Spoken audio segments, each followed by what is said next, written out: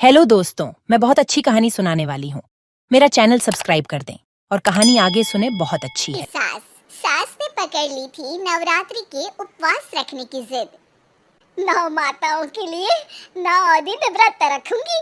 मैया की भक्ति में शक्ति है। मैया हमारे परिवार को अपना आशीर्वाद जरूर देंगी। लेकिन अपना शरीर तो देखिए माँ जी, आपका एक पाँव घर में रहता है और एक पाँव डॉक्टर के यहाँ। फिर से बीमार हो गई तो जय माता दी के साथ राम नाम सत्य भी। अरे राम राम राम, कैसी बातें कर रही हो बहू। राम नाम सत्य हो मेरे दुश्मनों का। मुझे व्रत रखने से मत रोको बहू, वरना देवी माँ नाराज हो जाएंगी। नहीं, तुम्हारी सासु माँ नाराज हो जाएंगी। अरे पर माँ, भूखे क्यों रहना है? देवी माँ थोड़ी ना चाहती होंगी कि उनके भक्त भूखे रहें। और आपकी तो सारी मनोकामना पूरी हो चुकी है ना माँ। लालच है बेटा, लालच बुढ़ापे में भी खत्म नहीं होती। अरे तुम चुप करो जी, तुम्हारी भी उम्र है भक्ति भाव करने की। ज्यादा बड़बड़ की ना तो तुमसे भी उपवास रखवा लूंगी। हाँ, अरे रौद्र रूप के उदाहरण कर रही हो मेरी माँ। रख लो व्रत। ठीक है माँ, बस अपनी हेल्थ का ध्यान रखना। अरे उसकी चिंता तुम मत करो बेटा। मैंने टीवी पे देख लिया है कि व्रत में क्या क्या खाने से शरीर में कमजोरी नहीं होती। अच्छा ही है, वरना ऐसा ना हो कि 9 दिन के बाद तुम मैया के द्वार की जगह सीधा हरिद्वार। अरे तुम मुझे हरिद्वार क्यों भेजना चाहते हो? क्योंकि अब तुम्हें मायके तो भेजने से रहा। बाबूजी, क्यों माँ को परेशान करते रहते हो? अच्छा माँ, ये बता दो कि आपको व्रत में खाने के लिए क्या क्या चाहिए होगा? सास के सामने सब हार जाते हैं। माँ के कहे सामान को बेटा लेकर आता है। नवरात्रि का पहला दिन है। नाश्ता कर लो, स्वस्थ रहो, मस्त रहो। मेरा व्रत से ध्यान भंग मत करो। अच्छा ठीक है ठीक है, भूख लगेगी तो मेरी तरफ मत देखना। आई बड़ी। तुम कोई खाना हो जो तुमको देखूंगी, आए बड़े। माँ जी, ये लीजिए आपका फरियाली मिक्सचर, इससे व्रत नहीं टूटेगा। अरे इतना सा? दिन भर भूखी रहने वाली हूँ, थोड़ा तो और ला दे। पर ये सब तो सपोर्ट के लिए होता है ना माँ जी, पेट भर के थोड़ी ना खाना होता है। करवा चौथ का व्रत नहीं रख रही हूँ जो कुछ ना खाऊं पीऊं। हाँ यार, ये तो मैंने सोचा ही नहीं। तुम इतने सारे व्रत रखती हो तो मेरे लिए करवा चौथ का व्रत क्यों नहीं रखती? अरे जुबान पे तुम्हारा नाम न रखूं, व्रत क्या खाक रखूंगी तुम्हारे लिए। माँ के कहने पर बहू और भी फरियाली ले आती है, जिसे खाकर माँ डकार मारती है। इतनी जोर से डकारोगी तो दुर्गा मैया भी डर जाएंगी। तुमने तो उनके शेर से भी तेज आवाज निकाल दी। अरे शेर के जैसा पंजाबी मारती हूँ मैं, देखना चाहोगे? तुम्हें पता है ना, व्रत रखते समय हिंसा वाली बातों से, विचारों से और बुरी चीजों से दूर रहना चाहिए। सही कहा, बुरी चीजों से दूर रहना चाहिए। इसीलिए तो तुमसे दूर जा रही हूँ, दूसरे कमरे में। सास ने कई सारी ऐसी चीजें खाई जिनसे व्रत ना टूटे। बहू, सब्र का फल मीठा होता है। इसका मतलब ये थोड़ी है कि तू मुझे शाम तक फल नहीं खाने देगी। माँ जी, 1 घंटे पहले ही तो आपने इतना सारा। अरे खाता ही बना ले, उसमें लिखा करे कि मैंने कितना खाया, कितना पानी पिया। अरे नहीं नहीं माँ जी, मैं अभी फल लेकर आती हूँ। जोर से बोलो। नहीं माँ जी, मैं फल लेकर आती हूँ। अरे ये नहीं, जोर से बोलो, जय माता दी। सासू माँ एक साथ बहुत सारे फल खा लेती है। माँ जी, इतनी जोर से मैं डर गई। अरे भक्ति की शक्ति की पुकार है। पुकार नहीं, डकार है। हाँ हाँ ठीक है ठीक है, चिप्स और लेकर आना जरा, उससे भी व्रत नहीं टूटता। माँ जी, आज ही सब खत्म हो जाएगा, नाश्ते का ही टाइम है।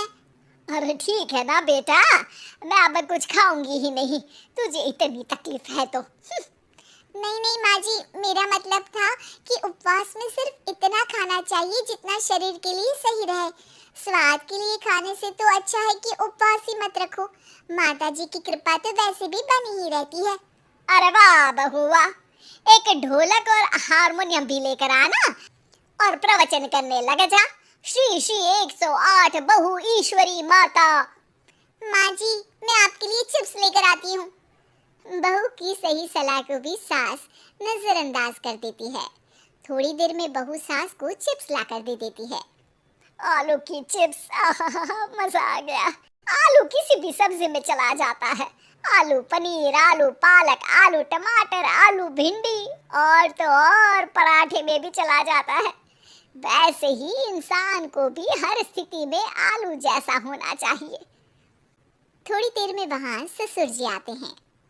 क्या चिप्स खा रही हो? अरे नहीं जी, दिख तो चिप्स ही रही है। अरे तो पूछ क्यों रहे हो? अरे गुस्सा क्यों हो रही हो?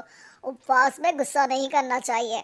और ऐसा तो है नहीं कि सिर्फ तुम उपवास करती हो, हमने भी तो किया होगा कभी।